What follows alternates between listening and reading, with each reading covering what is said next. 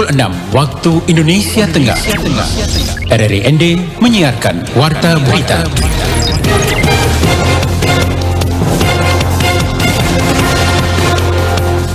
Selamat pagi pendengar, saat ini Anda mengikuti Warta Berita Daerah Pagi untuk edisi penyiaran di Rabu 8 Maret 2023 dengan Sari Berita.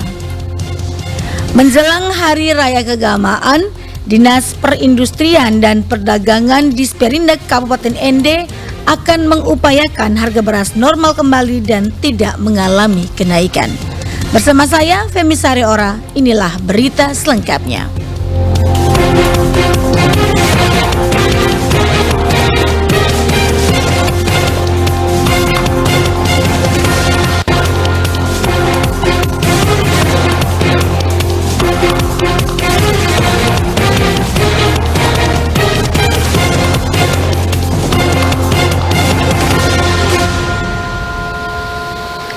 Menjelang Hari Raya Keagamaan, Dinas Perindustrian dan Perdagangan Disperindak Kabupaten ND akan mengupayakan harga beras bisa normal kembali dan tidak mengalami kenaikan. Laporan Suimam. Kepala Dinas Perindustrian dan Perdagangan Disperindak Kabupaten ND, Muhammad Syahrir, kepada RRI di ruang kerjanya Selasa 7 Maret 2023 mengatakan melalui komunikasi dan melakukan pendekatan secara personal dengan para distributor besar yang ada di ND bahwa untuk stok beras sudah mulai masuk, datangnya dari Surabaya, Makassar, dan Ujung Pandang. Dijelaskan, selain distributor besar, dalam waktu dekat juga ada tambahan suplai beras dari Bulog yang akan masuk ke gudang, sehingga dengan stok tersebut, harga beras sebelum Hari Raya Keagamaan pasca hingga Lebaran perlahan akan normal kembali. Dengan ada barang masuk, kita upayakan melakukan dengan Bulog untuk mitra-mitra yang ada di pasar dengan operasi pasar murah yang menyebar di kecamatan. Dan hal itu mungkin harga kita upayakan sebelum Hari Raya Puasa, Lebaran dengan Hari Raya Pasca itu kita upayakan harga beras itu tidak bisa ini kembali normal. Ia melanjutkan kepada masyarakat jangan khawatir dengan stok yang ada karena ketersediaan beras masih sangat mencukupi dan tidak mengalami kekurangan. Sementara Kepala Bulog ND Peter Edehaan menuturkan untuk stok beras yang tersedia di gudang saat ini memang sudah menipis, sisanya sebanyak 50 ton dan stok tersebut hanya bisa bertahan di minggu kedua bulan Maret. Jadi masyarakat jangan khawatir dengan sisa stok yang ada karena akan ada tambahan suplai beras yang masuk ke gudang sebanyak 750 ton. Kita punya tambahan suplai minggu ketiga ini pasti sudah masuk. Pokoknya batas mungkin tanggal 25-an itu barang itu sudah masuk. Ditambahkan, untuk sementara operasi pasar belum bisa berjalan secara masif mengingat stok beras di gudang menipis dan akan kembali dilakukan operasinya lagi setelah stok tambahan sudah tiba di gudang. Badan Pelaksana Otorita Labuan Bajo Flores (BPOLBF) menggelar rapat koordinasi Desa Wisata Flores, Lembata, dan Alor Floratama di Kabupaten Nagekeo. Rakor ini diharapkan jadi ajang pengembangan desa wisata. Selengkapnya Ferry Soo melaporkan.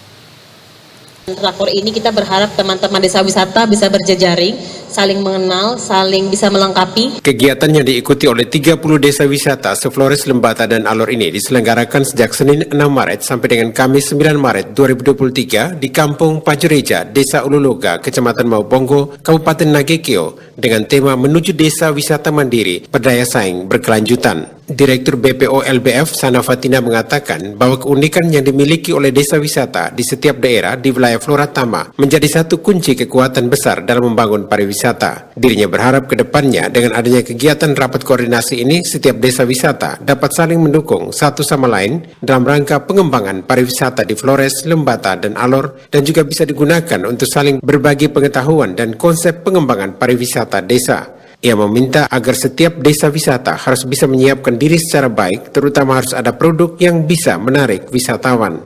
Jadi setelah semua rangkaian, sebenarnya daripada kegiatan rakor ini kita berharap teman-teman desa wisata bisa berjejaring, saling mengenal, saling bisa melengkapi, dan kemudian nanti tujuan akhirnya adalah tentunya meningkatkan kualitas layanan desa wisatanya dan juga memperluas exposure terhadap calon pasar maupun mitra-mitra ke depannya. Nah, dalam konteks rencana aksi tentunya kita akan serahkan kepada nanti mereka akan berkomunitas dan akan merumuskan sendiri gitu ya. Kami sebagai BPOLBF akan mensupport kira-kira apa yang dibutuhkan sehingga desa wisatanya ini bisa berdaya saing dan berkelanjutan untuk ke depan seperti itu. Sementara Bupati Nagekeo, Yohanes Don Bosco Do mengaku bangga karena Kabupaten Nagekeo ditetapkan sebagai tuan rumah pelaksanaan Rakor 30 Desa Flora Tama oleh Badan Pelaksana Otorita Pariwisata Labuan Bajo Flores.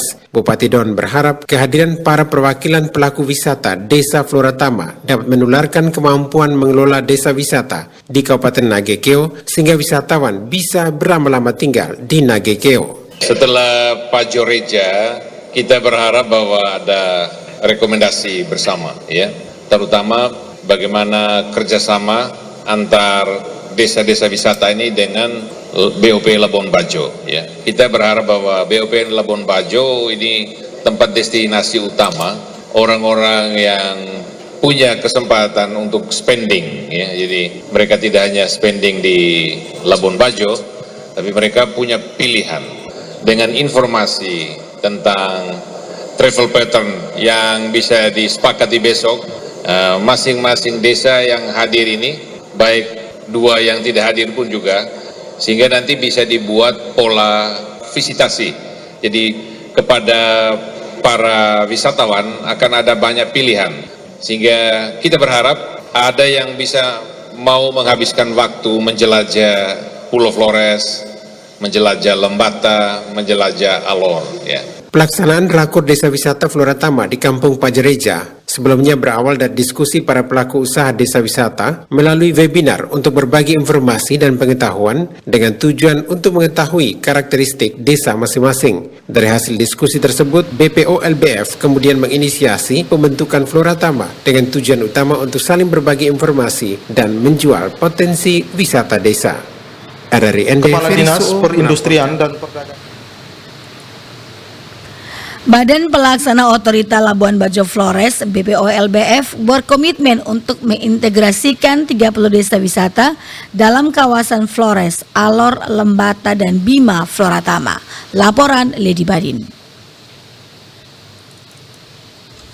Desa Wisata Flora Tama 2023 di Kampung Pajoreja, Kabupaten Nagekeo, Nusa Tenggara Timur yang berlangsung selama 3 hari sejak Senin kemarin. Badan Pelaksana Otorita Labuan Bajo Flores (BPO LBF) berkomitmen untuk mengintegrasikan 30 desa wisata dalam kawasan Flores, Alor, Lembata, dan Bima atau Flora Tama. Direktur Utama BPO LBF Sana Fatina kepada RRI mengungkapkan bahwa desa wisata adalah kekuatan dan potensi dari pariwisata Labuan Bajo Flores. Dan harapan kami memang ke depannya agar desa wisata ini menjadi daya tarik utama dan keunikan utama dalam pariwisata Labuan Bajo Flores untuk ke depannya. Dan tentunya ini akan menjadi kekuatan baru karena orang ke Labuan Bajo akan datang bolak-balik nih, nggak lagi hanya tentang lihat komodo, tapi bagaimana juga bisa mengalami sendiri experience budaya, kemudian keramah tamahan dengan keragaman yang ada di wilayah Flora Tama. Direktur BPO LBF juga mengungkapkan bahwa rapat koordinasi Desa Wisata Flora Tama 2023 ini menjadi momen belajar untuk mengintegrasikan setiap desa wisata dalam kawasan Flora Tama untuk bisa saling mendukung, menjual paket wisata desa satu sama lain. Diharapkan lewat kegiatan rapat koordinasi di desa wisata ini dapat meningkatkan kapasitas pengelolaan desa wisata secara langsung yang memberi dampak pada peningkatan ekonomi positif di desa. Ya, jadi nanti setelah kita semua bareng-bareng ya di Rakor Desa Wisata Flora Tama ini, satu harapannya adalah teman-teman desa tematik ini bisa saling belajar satu sama lain. Kemudian kita juga bisa saling memperkuat satu sama lain juga karena memiliki keunikan yang berbeda-beda. Nah, kemudian kami dari BPOBF akan mensupport dalam bentuk tentunya memasarkan, mempromosikan secara terintegrasi, kemudian meningkatkan kapasitas dari masing-masing desa juga karena kan di sini bercampur ya, ada yang masih rintisan, ada yang berkembang, ada yang nanti maju dan lain-lainnya. Rakor Desa Wisata Flora Tama 2023 diisi dengan pemberian materi tentang pengembangan desa wisata, pengembangan paket desa wisata, teknik pemasaran digital, materi tentang peluang kolaborasi pariwisata, dan penguatan kelembagaan desa wisata yang diikuti peserta yang berasal dari 28 desa wisata di Flora Tama ini. RRI ND, Lady Badin. Anda sedang mendengarkan Warta Berita Produksi RRI ND.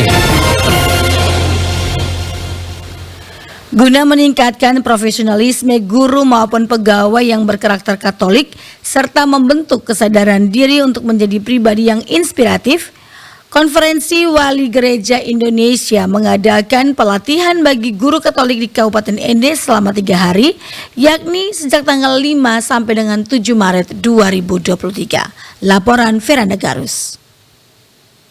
Total peserta yang ikut dalam workshop tersebut yakni sebanyak 112 orang dari 18 sekolah swasta Katolik tingkat PAUD hingga SMA di Kabupaten Ende. Jumlah tersebut melampaui target panitia yaitu sebanyak 80 peserta. Koordinator Pelaksana Donatus Tote SPD kepada RRI mengatakan jumlah peserta yang cukup banyak menunjukkan bahwa antusias guru maupun pegawai Katolik sungguh luar biasa. Dia berharap workshop seperti ini menjadi agenda rutin bagi para tenaga pendidik Katolik di Kabupaten Ende, sehingga selain mendapatkan ilmu yang baru, para guru juga diberikan kesempatan untuk saling memberikan masukan serta solusi demi peningkatan kualitas pendidikan serta mempunyai karakter sendiri sebagai guru Katolik. Selama saya jadi guru baru sekali ini yang saya ikut ambil bagian, dan ini merupakan melatih guru yang apresiatif untuk melatih mendidik anak-anak supaya menjadi lebih baik ke depan, menjadi pemimpin yang selalu sukses. Dan kami guru sebagai mitra untuk melakukan proses ini. Materi-materi kemarin tuh lebih khusus yang kita omong tentang pedagogik. Itu memang luar biasa, menurut saya pribadi itu memang luar biasa pengetahuan itu yang untuk mendidik anak untuk masa depan. Guru harus banyak dibekali lagi supaya lebih mantap baik ke depan.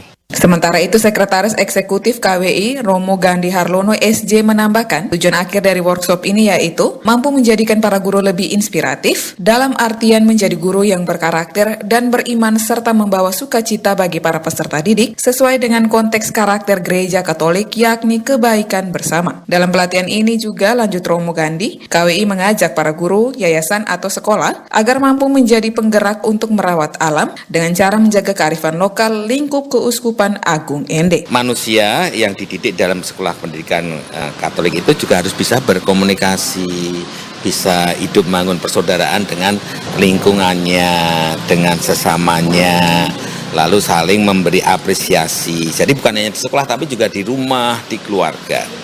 Lalu juga memberikan sebuah kehadiran Allah yang merawat alam. Karena kalau kita merawat alam, maka alam itu juga akan merawat kita untuk generasi masa depan, untuk anak-anak cucu. Para guru Katolik diharapkan mampu menyesuaikan diri dengan perkembangan teknologi saat ini. Sehingga pada kesempatan itu, para guru diminta untuk memberikan pembelajaran literasi digital secara baik dan benar kepada para siswa agar tidak memberikan dampak buruk penggunaan internet pada anak.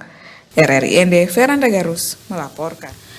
Ketua Aliansi Masyarakat Adat Nusa Bunga mengajak seluruh komponen masyarakat untuk terlibat langsung dalam patroli pengawasan kawal hak pilih agar tercipta pemilu yang bersih dan berkualitas.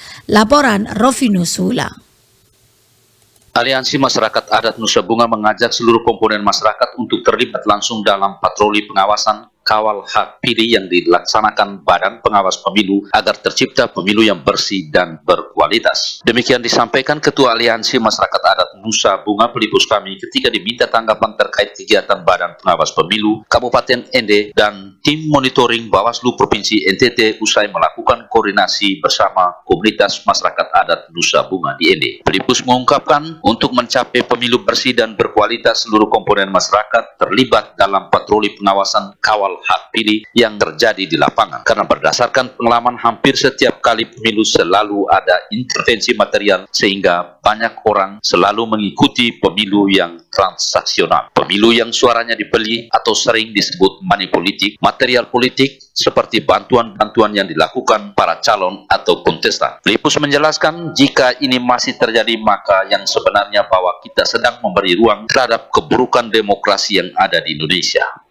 Aman itu kan dari pusat, dari daerah itu ada kerjasama sama KPU maupun Bawaslu untuk berpartisipasi dalam pengawasan pemilu sampai dengan pemilihan, sehingga masyarakat itu benar-benar menggunakan suaranya tanpa ada tekanan, tanpa ada intervensi dari bantuan-bantuan atau money politik itu. Sehingga menurut kami itu ini kegiatan ini sangat baik, dan kepada Bawaslu Kabupaten Ende yang sudah mulai melakukan patroli kerjasama dengan seluruh elemen untuk melakukan patroli bersama, sehingga bantuan-bantuan yang masuk ke kampung-kampung yang ada kaitannya dengan pemilu maka mesti ditolak oleh warga Pelipus mengatakan belajar dari pemilu-pemilu sebelumnya bahwa Indonesia banyak sekali menghasilkan para pejabat yang korupsi, maka seluruh komponen masyarakat bersama Bawaslu terlebih masyarakat adat untuk ikut mengkawal setiap tahapan proses pemilu. Pelipus mengatakan aliansi masyarakat adat Nusantara baik dari pusat sampai ke daerah telah melakukan kerjasama dengan penyelenggara pemilu KPU maupun Bawaslu untuk berpartisipasi dalam pengawasan pemilu sampai dengan pemilihan, sehingga masyarakat benar-benar menggunakan hak suara tanpa ada tekanan, tanpa ada intervensi melalui bantuan atau money politik. Menurut Ketua Aliansi Masyarakat Adat Nusa Bunga, jika masyarakat berpartisipasi dalam berpolitik, masyarakat bisa saja bangun plan untuk menolak menerima bantuan dari siapapun yang berkaitan dengan politik. Hal ini bisa dilakukan masyarakat adat dan harus mempunyai inisiatif untuk menjaga kampung sendiri dari berbagai godaan yang berkaitan dengan pemilu, tegas Ketua Aliansi Masyarakat Adat Nusa Bunga. RRI Endervinus Pula melaporkan.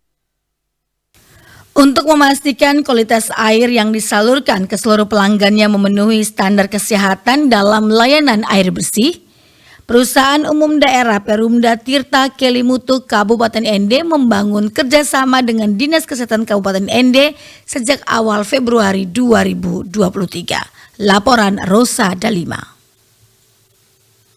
Direktur Perumda Tirta Kelimutu Ende Justinus Sani Selasa sore kepada RRI mengatakan, bentuk kerjasama yang dibangun tersebut adalah pemeriksaan sampel air secara rutin setiap bulan guna memastikan kualitas air sebelum didistribusikan ke pelanggan.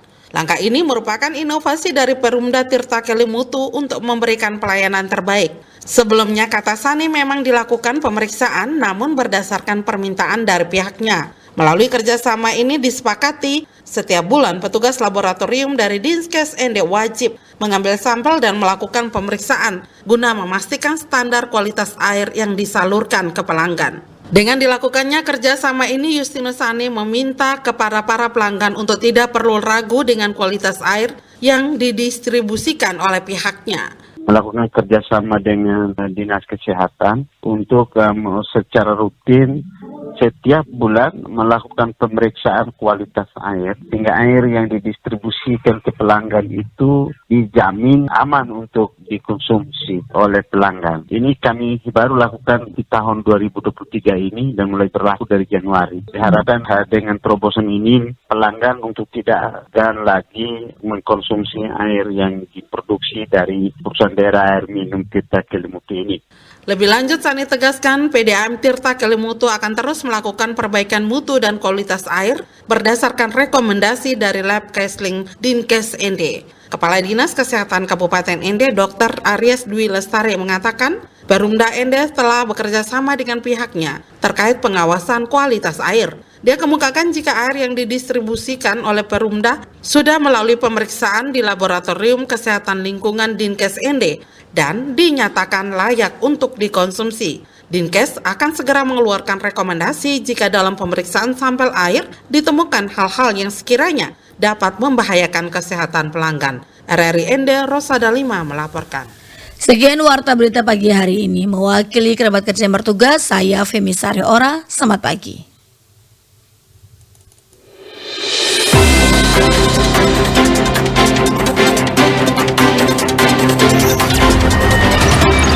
Terima kasih. Anda telah mendengarkan Warta Berita Produksi RRI ND.